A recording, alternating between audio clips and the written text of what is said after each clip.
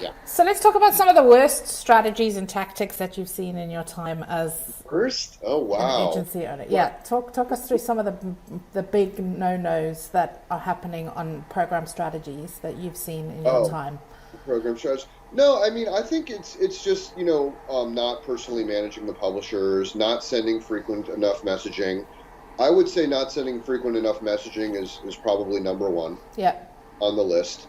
And sending it well, sending it very friendly, helpful, and facilitating. And in my opinion, publishers should be spoon fed, right, like little babies. And their hand I call it spoon feeding and hand holding. That's what you should do when your new publishers come on board.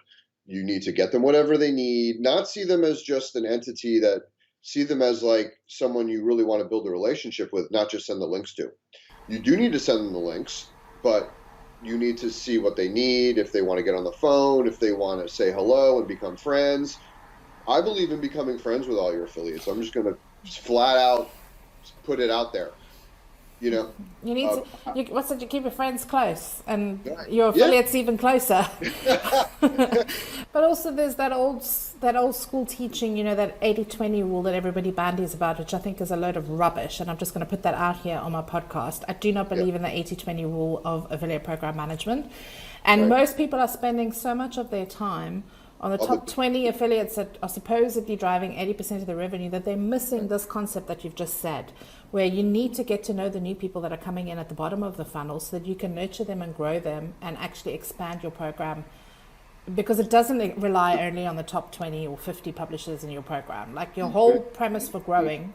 Correct. That's been one of the biggest issues with agencies, OPMs, in-house affiliate managers, even the company itself on the corporate level will tell their people only focus on the top people. Can you imagine? Now, what I've seen and what I've demonstrated myself over and over again, especially going back to my last company, was you can have 500 people producing one sale a year. Yeah, That's 500 extra sales a year. absolutely. That's not nothing, right? So, And the and effort then it you'll takes have, to make that two is very little compared to the effort yeah, that it then takes then to you have to get them convince. to two, right? Then you have to get them to two, and so that's another great aspect of affiliate management is bucketing, right? Yes. You put them, you don't just manage the top producers, you put them in buckets. Yeah. The top producers might be one bucket, the coupon publishers might be one, the content publishers, the email publishers, the technology publishers or affiliates, the people that are producing clicks and no sales, the people that are not active at all yet. So you bucketize, if that's even a word, all the different groups of affiliates, like segment, basically, Yeah. but bucketing. You segment, and then you can strategize on each group on how to increase their participation or production or Now, both. often operators, merchants, the advertiser, whatever you want to call them, and we do use a lot of jargon terminology on our podcast, so I will explain all of this in the blog that comes with it.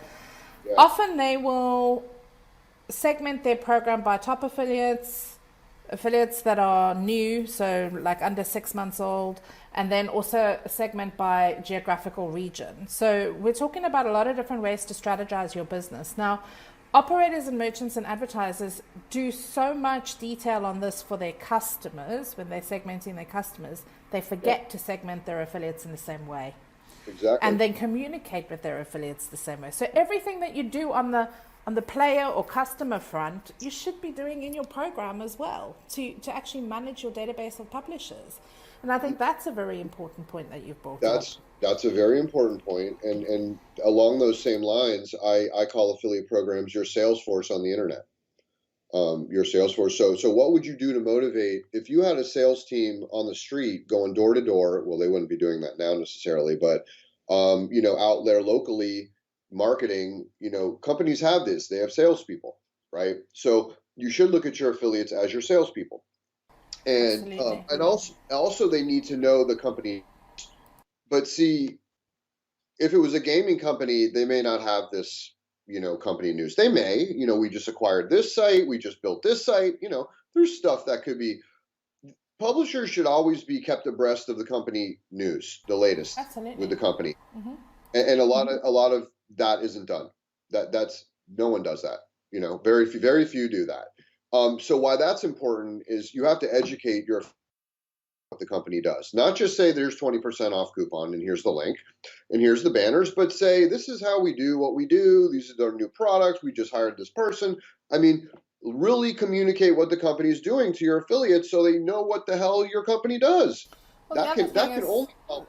Right. I mean, absolutely. And affiliate managers often forget that that publisher is working with 10 other companies too, 20 other companies, 50, 100, however many, depending on what kind of site they run. How are they supposed to keep abreast of all of this stuff unless you feed it to them?